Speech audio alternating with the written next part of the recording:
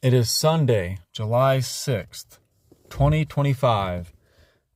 7:31 p.m. I am reading 40 Days of Doubt, Devotions for the Skeptic, a day-by-day book asking a question about religion and answering it. And it's for skeptics, I suppose. I'll read this installment, and I'll read my response to the day from last year that I wrote out when I was originally read this book, and then I'll give any input that I have today. Day 29. Why do Christians treat liberals like the enemy? Let's say you didn't know what a liberal was, and you spent a few days talking to evangelists and evangelicals at a Christian conference. I'm afraid you'd come away with the experience believing liberals are the ghastly product of an unholy union between Marxist socialism and militant atheism.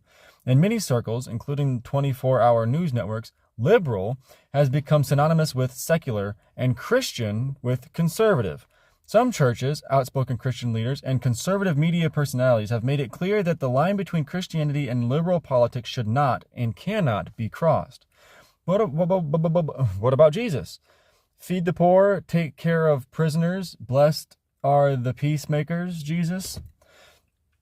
I could be wrong, and I have no evidence to back this up, but that guy seems like a hippie to me. Last I checked, there weren't many hippies hanging out at a Republican National Convention. If Jesus was a liberal, why are so many Christians conservative? And why do so many of my liberal friends feel so judged by the Christians in their lives? The truth of the matter is that extreme conservatives and extreme liberals can be equally manipulative and equally damaging to the fabric of our culture. Essentially, they're the same people. They are just mad about different things and invariably blind to their own hypocrisy. They are the conservatives who will condemn you for being gay and then, with no questions asked, will welcome someone who's been divorced several times, even though Jesus said nothing about homosexuality and clearly condemned divorce. They are the liberals who get up in arms about poverty and aren't moved at all by the 16 million unborn babies aborted in America since 1973.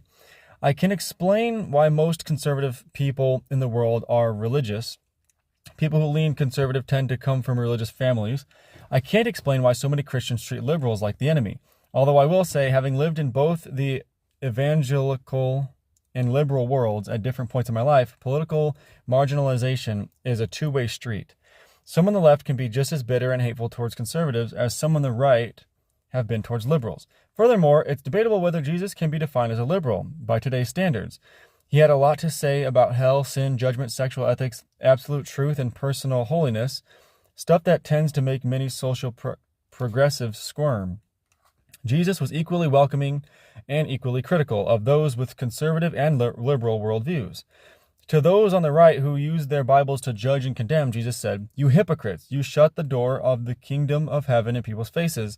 You yourselves do not enter, nor will you let those enter who are trying to." Matthew 23, verse 13.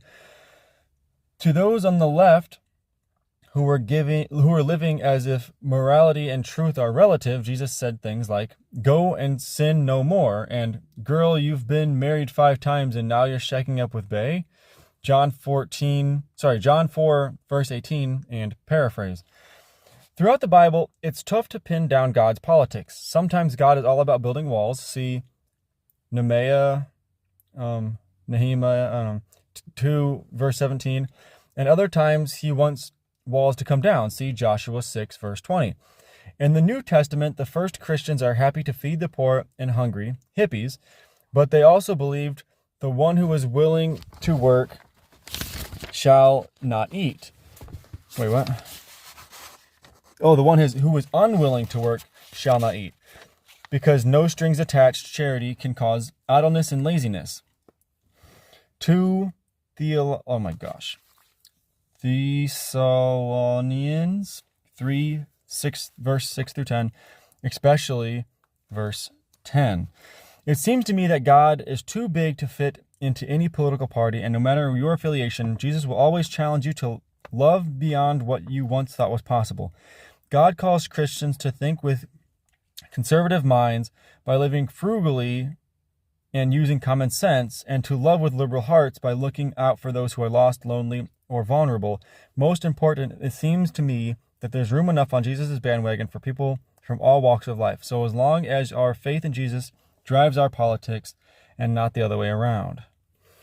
And then my response from last year, there is nothing really to disagree with in this chapter. There will obviously be religious believers of all kinds on any side of the political spectrum. Extremists are dangerously divisive, so it's only natural something as divisive as a popular organized religion would end up associated with a side. And this chapter just seems to diffuse the feeling of Christianity opposes liberals, which is fair. And that is, there's nothing really to disagree with this. A fair chapter, I suppose. My past self didn't have anything to disagree with. I don't have anything to disagree with.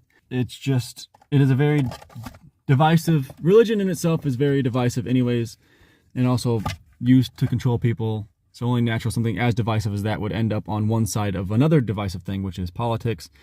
And again, politics is all about control, even more so than religion. So yes, I mean, it makes sense that politics would use religion. And it just happened to end up on the conservative side, based upon the fact, I guess, that there is a bunch of 10 commandments and rules that the Bible lays out, Yep. I think that's about it. And whether you agree with me or whether you disagree with me, always question why.